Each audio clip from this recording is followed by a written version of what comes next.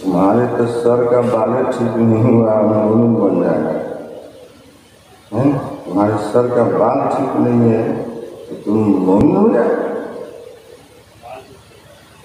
गधा जैसा बाल कटवाता है। तुम्हारे ऊपर तो ऐसी लानत की गई है।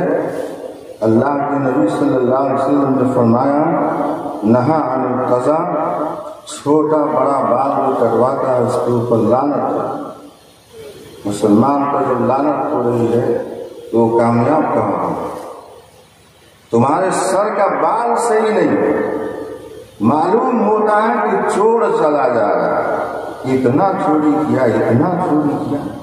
पहले चोर का बाल ऐसे काटा जाता था, अब अपना इतने इस कदर चोरी किया इसने कि खुद ही अल्लाह ताला इसको जलील कर दिया। कहा कटवा ले, चोर की तरह बाल कटवा ले।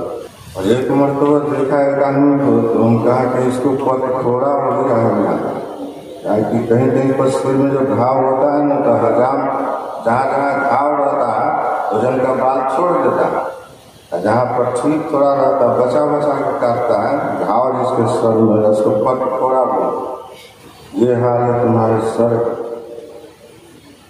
एक एक सुन्नत की अहमियत है, एक एक सुन्नत की अहमियत है।